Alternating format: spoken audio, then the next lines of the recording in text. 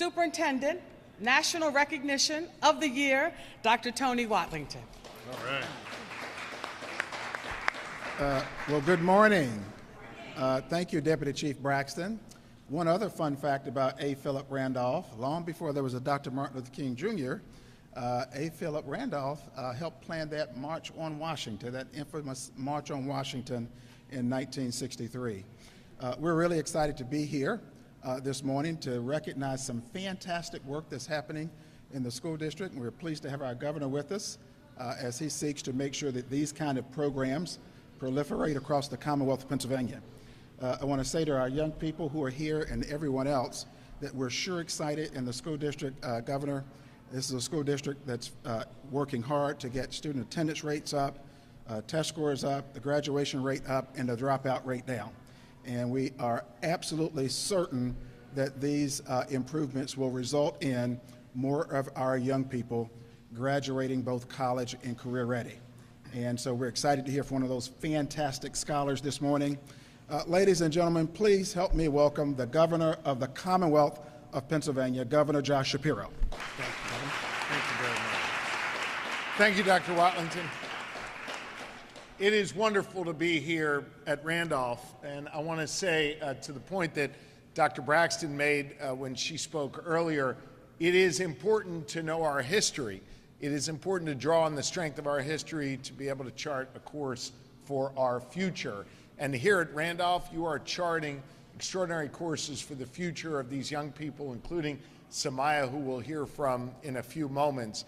I wanted to be here today, not just to celebrate all of the great things happening in the award-winning Philadelphia School District and with your award-winning superintendent, but I also wanted to be here today because I think Randolph is a model for what we need more of all across the Commonwealth of Pennsylvania. We're going to talk a little bit about that today. I'm really privileged to be joined today by the Secretary of Education, Dr. Rowe, who joins us today.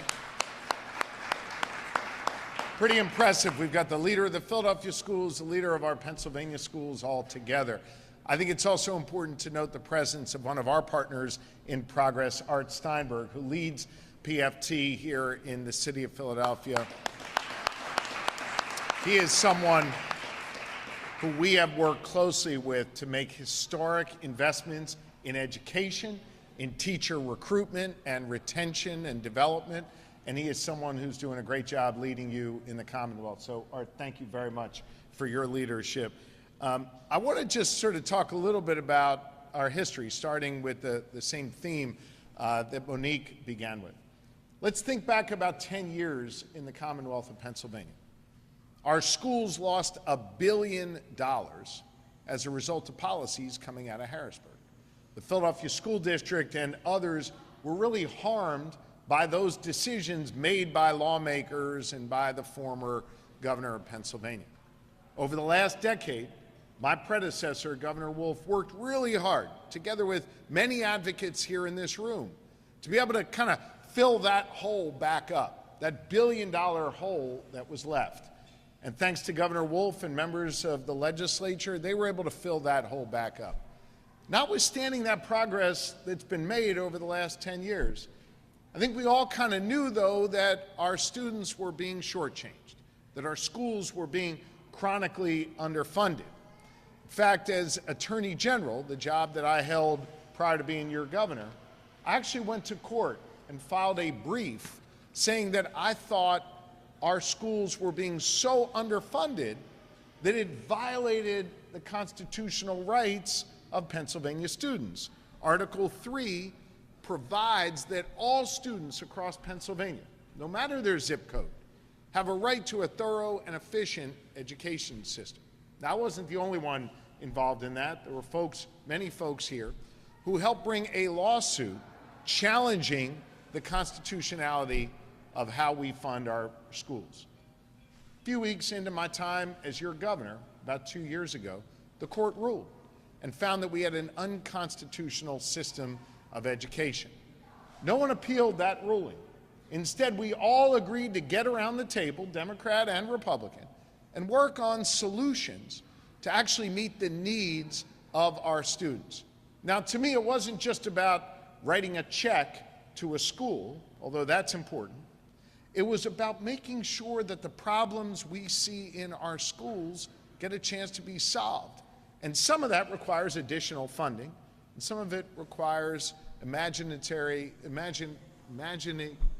great vision for our school districts. And that's exactly what we have been able to accomplish working together.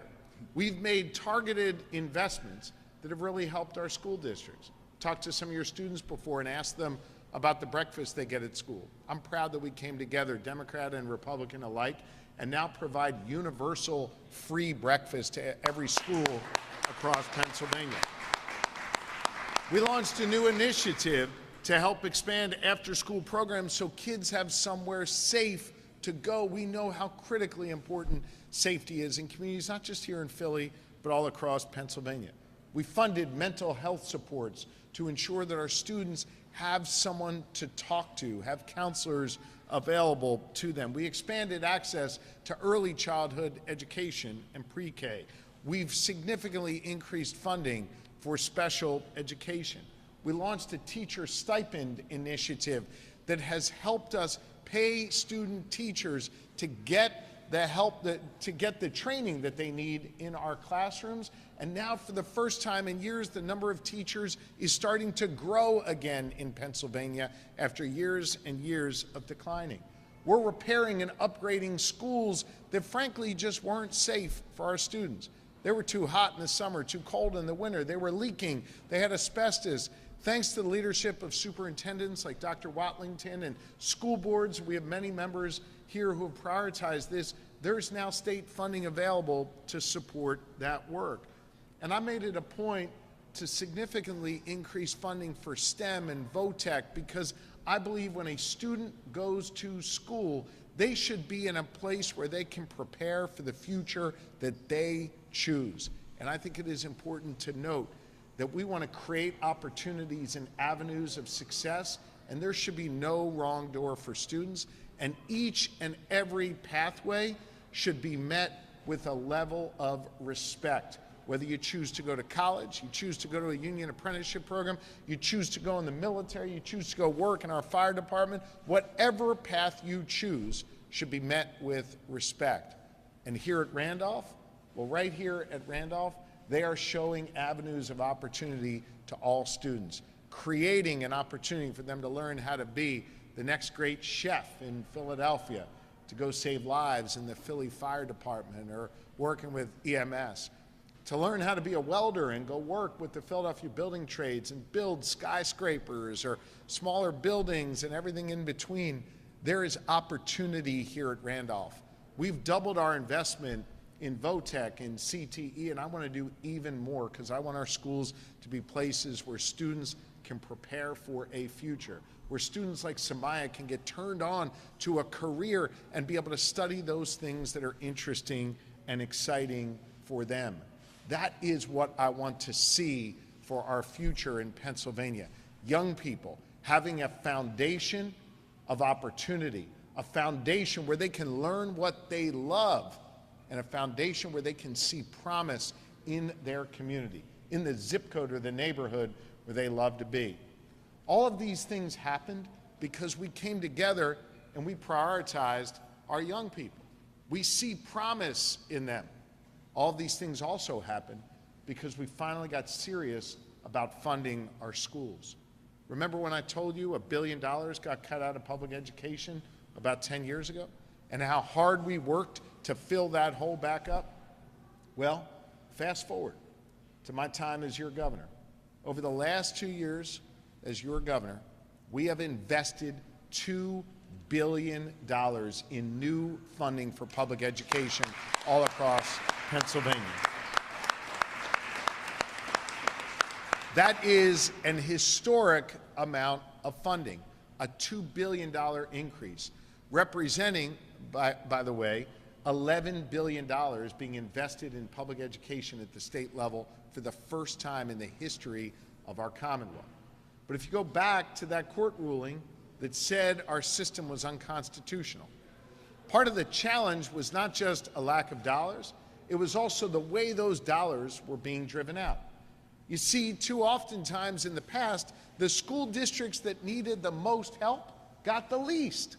And so in addition to putting more dollars into public education, we also developed a new funding formula called an adequacy formula.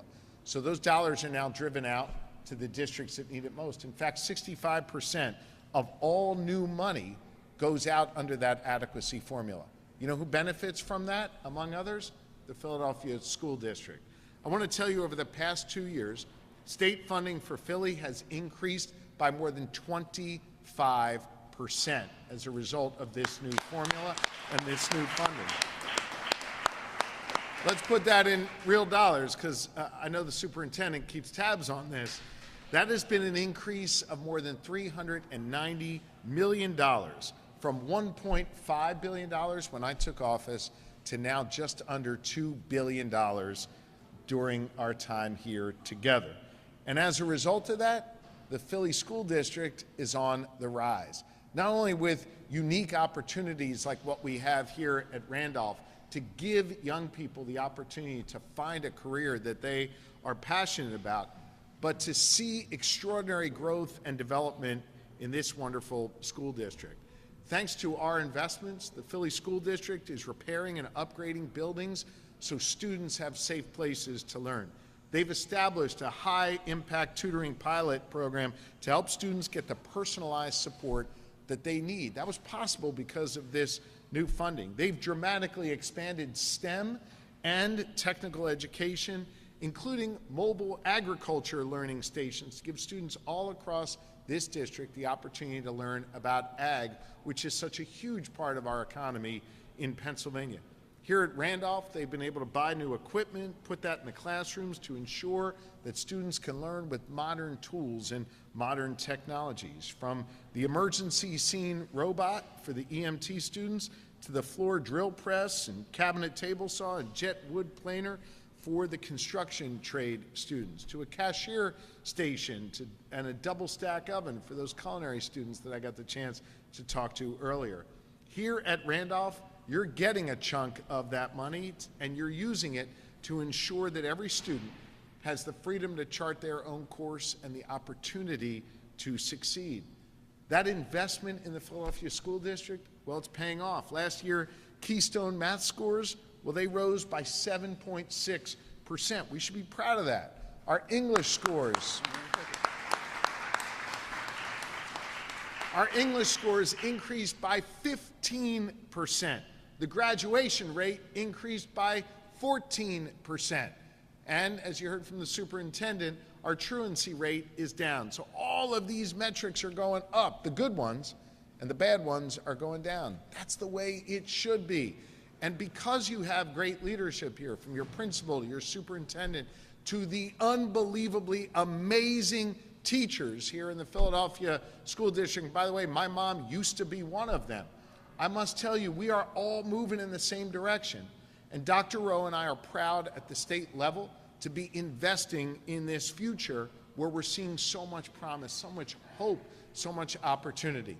The Philly School District is on the rise, and so are others across Pennsylvania. They've all benefited from this investment. Remember before I said we're doubling down on our commitment to mental health? 778 schools across Pennsylvania are now hiring mental health counselors with the dollars that we have invested there. We served 90 million free breakfasts in the last school year. 3,000 Pennsylvania students are now enrolled in CTE programs when they weren't given the chance before. We're seeing new band pop up, music classes come back, expansion of physical education.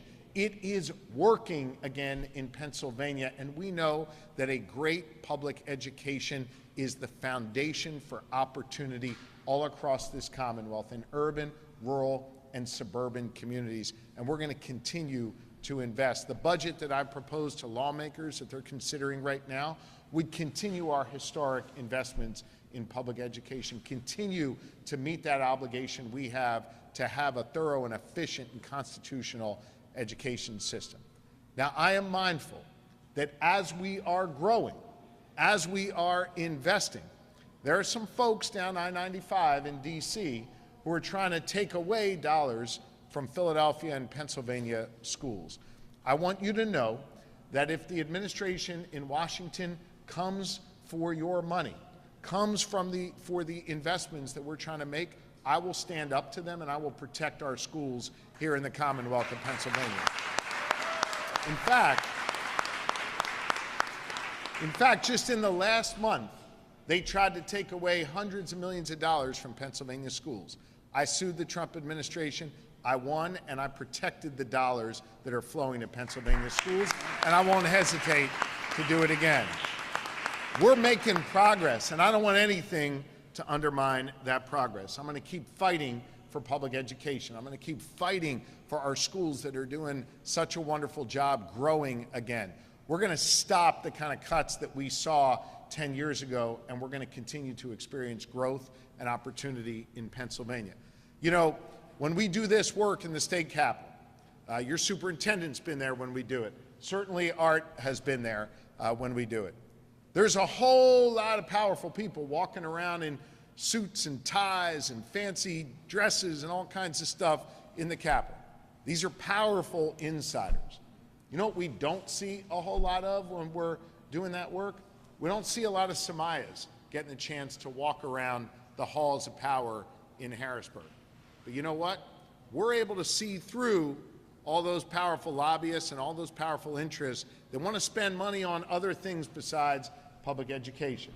And we're able to see the Samayas. We're able to remember them when we're making these tough decisions. We're able to think about them and their futures because that's what matters. This is who we fight for every single day in Pennsylvania, to make sure people like Samaya have an opportunity for success. And so for me, it is incredibly special to be here at Randolph, to have met all these students that we fight for every day. And it's very, very special for me right now to be able to introduce one of them to you, Samaya, to be able to come up here and talk about her experience and show what this is all about, the future of wonderful young people like Samaya. The floor is yours.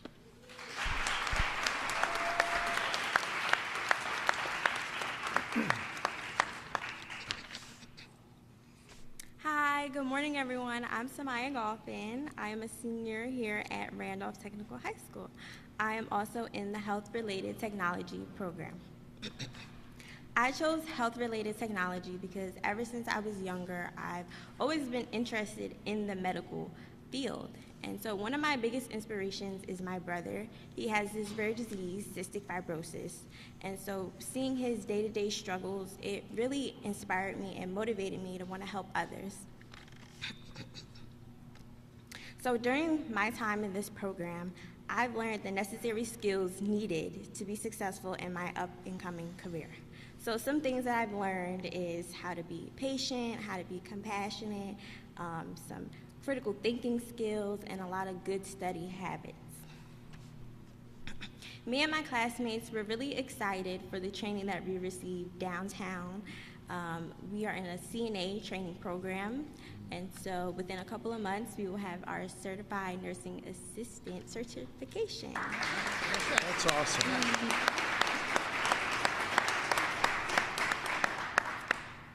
This program benefits us by providing us an experience of what the medical field is really like and how we can learn and to be more empathetic and how we can work together with our peers and how to help others in the world. I aspire to become a radiologic technician, so after I graduate here from Randolph, I plan to attend Thomas Jefferson University to get my bachelor's degree. All right. For you. So at my previous school, I didn't get the necessary support that I needed. Therefore, I'm grateful that I transferred to Randolph in my 10th grade year. Not only did I receive support from teachers, staff members, and my friends, but the program here gave me and other students the opportunity to be one step closer to the career that we want in life.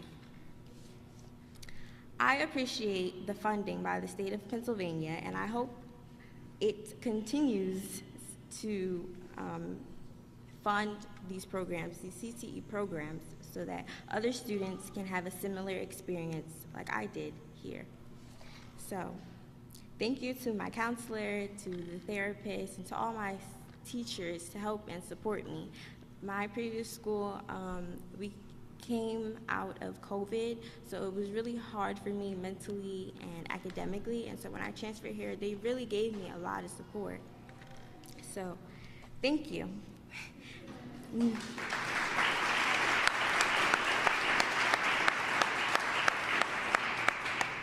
Now I would like to introduce Art Steinberg, President of the Philadelphia Federation of Teachers. Samaya, great job. Great job. Thank you. Great job. You're going to stand right there, yep.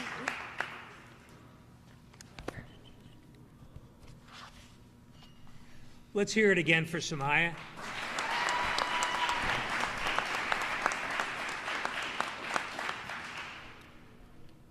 Thank you for being here and for those wonderful remarks, Samaya. Philly public school students are among the best and brightest in the Commonwealth and nation, and students like Samaya are a shining example of that. I want to thank Governor Shapiro for bringing his spotlight to A. Philip Randolph Career and Technical High School today. The educators and staff here, many of whom are represented by the Philadelphia Federation of Teachers, pour themselves into students, including Samaya, every single day of the school year and beyond. It's important that students, families, and the public at large see what investments in public education look like, why these investments matter, and why greater investment is needed. I am pleased to be here today on behalf of the more than 36,000 AFD Pennsylvania members across 64 local affiliates, including 14,000 education professionals who are members of the Philadelphia Federation of Teachers and work in the School District of Philadelphia. No offense to anybody here, but we like to consider ourselves to be the foremost advocates for children's education, health, and wellness in the Commonwealth. I'm grateful to be standing here alongside the Governor, Superintendent Watlington, and Acting Secretary of Education Rowe as we highlight the importance of career and technical education in Philadelphia, which famously, in case you haven't heard, is a union town. CTE is vitally important for shoring up our workforce and for strengthening working-class neighborhoods and communities. Many students who graduate from Randolph will go on to highly sought-after apprenticeships and eventually to good union jobs that support families, protect futures, and allow the community to thrive. Recent historic increases in CTE and public education funded by Governor Shapiro have helped supply badly needed staff and resources in schools like this. But as we all know, and the courts have agreed, and as the Governor articulated before, we are well behind the curve because of previous administrators and legislatures that failed in their constitutional obligation to students like Samaya. So please join us in urging the General Assembly to keep the positive momentum going, pass the Governor's budget, ensure our students and young people receive the education and training they deserve and are entitled to.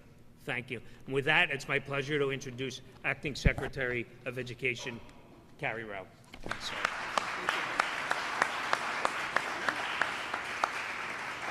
Superintendent? It is absolutely a pleasure to be here. And it's a pleasure to be here because this is such an inspiring place where students aren't just learning about their futures, they're actually actively building them in front of your eyes. As an educator myself who has been through many different positions, we've all heard the question, when am I ever going to need to know this? At Randolph, that question doesn't need to be asked because the answer is evident every day in what is being done here.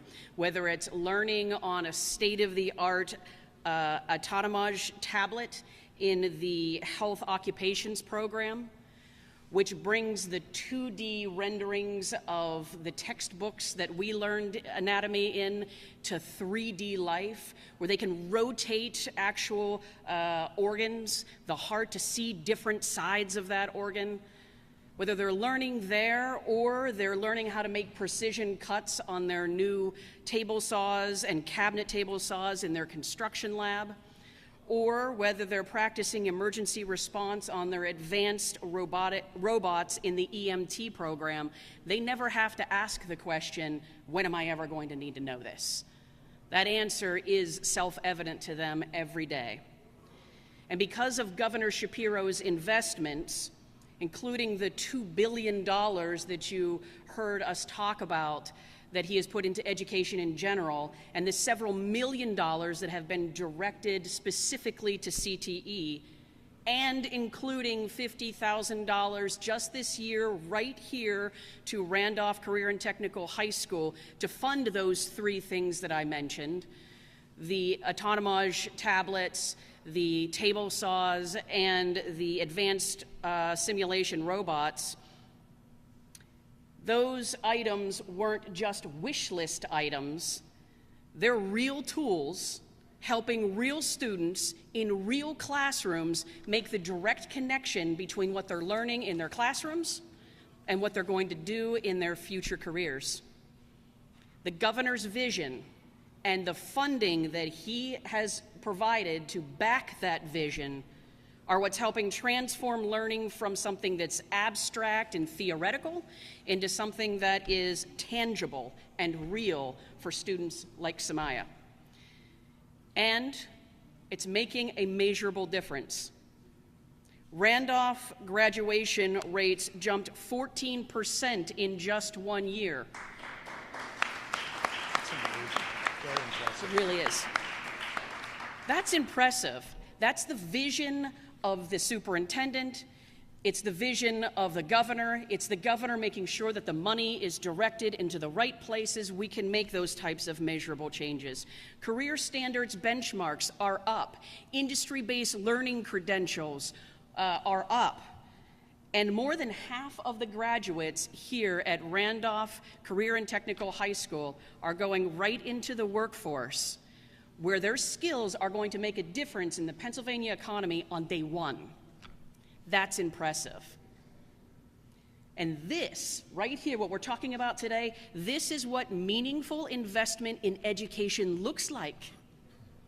And it's why Pennsylvania is leading the way, not just in preparing students for a diploma, but also for a future that's real, that's relevant, and that's rewarding.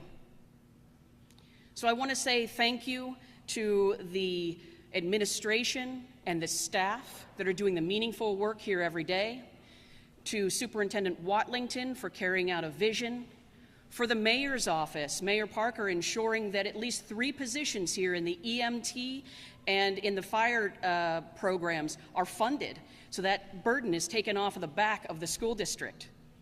And certainly to our governor for his vision and for directing the funds to make this type of change possible.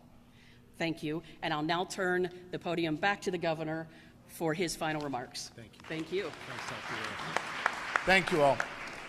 I'm glad you all are getting the chance to get to know Dr. Rowe, a former teacher, a former principal, and a former superintendent, and a heck of a Secretary of Education in the Commonwealth of Pennsylvania. She's doing a great job, and really appreciate you very much.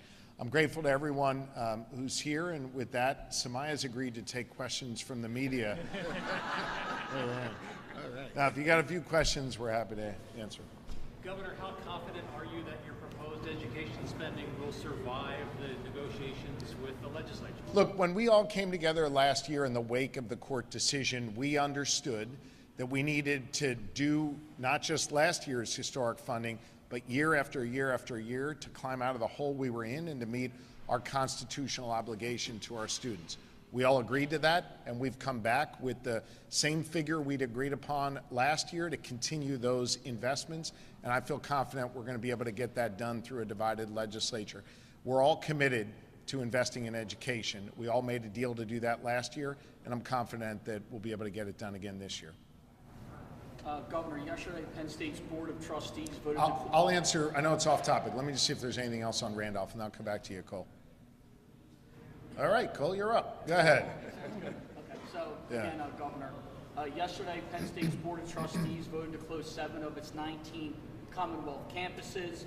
What's your response to this decision by the Board of Trustees to close these satellite campuses across the state? Look, I have confidence in the leadership at Penn State. They know they need to right size. They know they need to plan for the long-term future. And to do that, they needed to make these tough choices. And I have faith in Neeli Bendapudi and her administration and the board who made those decisions. I also know that when a school like Penn State, a satellite campus, leaves a community, that can leave a big hole. And so my administration is committed to working with Penn State and those local affected communities to make sure they are taken care of going forward. Does your administration have to approve the campus closures? There is some technical oversight Dr. Rowe and others have here, and so they're going to now be going through that process now that the decision has been forwarded by the board. So Dr. Rowe, Secretary Redding, and a few others will be involved in that process. Is there a timeline on that? I don't know the specific timeline, but Dr. Rowe can walk you through that process offline. Governor, can you describe to us the status of mass transit funding? Have you been able to find revenue that will help SEPTA forestall its 45% cut? Sure. Let me talk about SEPTA, but I got to share a fun fact with you that your awesome principal shared with me. One of the young women, make sure I get this right, one of the young women who went through the welding program here at Randolph became the first female welder hired by SEPTA to work on their lot. And that's a pretty cool thing, and it all came from Randolph. So I think that's awesome. I think mass transit is critically important here in Philadelphia with SEPTA and all across this Commonwealth. Each of our 67 counties benefits from mass transit. In some cases with big systems like SEPTA, and in some cases smaller systems in rural Pennsylvania that get seniors to and from medical appointments or where they need to go. Mass transit is vital. That's why for the last 2 years I've been calling on lawmakers to fund my proposal for mass transit. We last year could not get the Senate to agree. The House actually passed the mass transit initiative that I proposed 3 different times. The Senate never did. And so what I did was I stepped up and flexed funding, took funding from other infrastructure projects and put it into SEPTA to keep SEPTA afloat, because I know how critically important it is and vital it is, not just here in Philly, but all across this region. And this region obviously is so vital for the state. I've again called on lawmakers to earmark funding on an ongoing basis for mass transit. The House is poised to pass it again. We're now negotiating with the Senate to be able to have a funding package that not only funds mass transit, but increases our investment in road and bridge repairs, which we also think is really important. I'm very proud of the fact that last year, Pennsylvania repaired more bridges than any other state in the entire country. I'm competitive as heck, so I want to always lead the way on that. I also want to lead the way on mass transit. So we've got to come together and make sure that SEPTA and the other mass transit agencies get the funding they deserve, that people are able to get to work, get to medical appointments, get their kids to practices, whatever the case may be.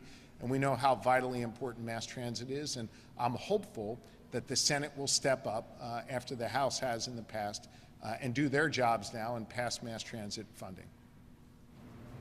Governor, where are things on the discussions with the state Senate after the House passed the legislation to legalize adult use cannabis and run them through state-run stores? Look, I think it was an important first step by the House of Representatives to do something I've been calling for years, and that is legalizing adult use cannabis, making sure that it is regulated and making sure that it is taxed, making sure that we address the black market, and making sure we right the wrongs of the past and expunge the records of people who have been convicted of possession of small amounts of marijuana. We think that there's an opportunity for justice, for equity, and for economic opportunity here. I should note that all of our neighboring states, with the exception of West Virginia, have all legalized. And what's happening is our tax dollars are going to fund schools in those other states. Our revenues are going to fund road and bridge repairs and park construction in other states. Go drive across the bridge into Jersey. More than 60% of the patrons in their dispensaries are from the Commonwealth of Pennsylvania. Same thing in Maryland, in New York, and Ohio on the west. So it is time for us to be competitive with our neighbors. It is time for us to move forward on this issue in a properly regulated and taxed way with the reforms that are necessary. What the House passed was an important first step. I was disappointed to see the Senate basically just shelve the bill and say we're not dealing with this. I think it's anti-competitive.